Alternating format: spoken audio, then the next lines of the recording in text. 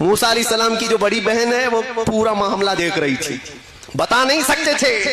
فرعون نے پہلے کہا کہیں بنی اسرائیل کا تو نہیں ہے جن کو ہم مار رہے ہیں؟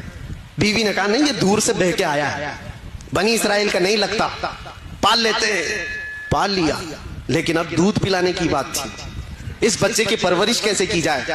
بادشاہ اعلان کرتا ہے جتنی دایا ہیں دودھ پلانے والی سب آئیں۔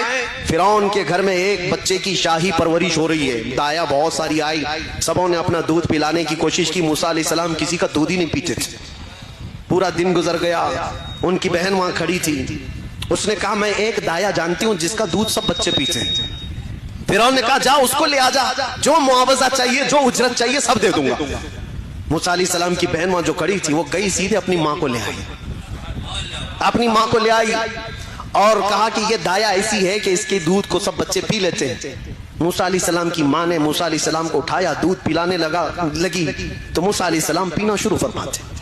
کیا نظام ہے مولا، دوسروں کے گھر پہ اور وہ ان کی ہی ماں کا دودھ پلا کرتے، بعد میں کوئی یہ نہ کہے کہ ہم اپنا دودھ پلا کر موسیٰ کو بڑا کیے، ان کی ہی ماں کا دودھ پلایا۔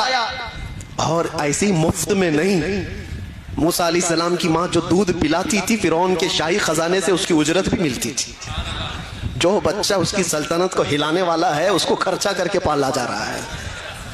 یہ ایک بات یاد رکھو، اللہ تبارک تعالیٰ کا نظام ہے، جب وہ کسی کے تخت کو ہلاتا ہے تو بہت چھوٹی طاقتوں سے بھی ہلاتا ہے۔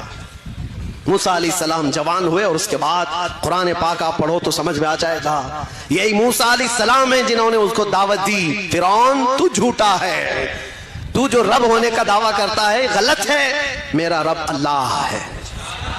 یہی جملہ میں نے کہا تھا، کیا ہے ہمارا رب؟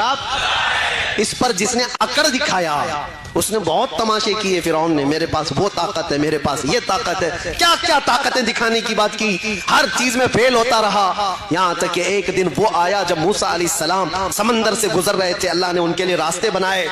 فرعون نے دیکھا، ایک بات ہی بتاؤں ایمان والو، اللہ کی مدد آئی، تمہارا جھوٹا کھانے کے لیے بھی لوگ ترسیں گے تمہاری۔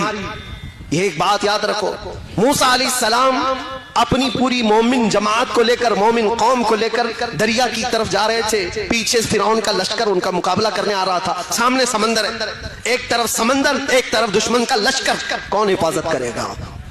ایسے حالات آ جائیں تو یاد رکھنا، بے بس اور لاچار مت سمجھنا، ایک طرف سمندر ہے اور ایک طرف فرعون کا لشکر ہے، جائے تو کہاں ہے؟ اللہ نے حکم فرمایا موسیٰ اپنا عصا سمندر پہ مارو، 12 راستے نکل گئے اور ان کی قوم اس میں ایسے چلنے لگی جیسے سوکھے پر چلتی ہے۔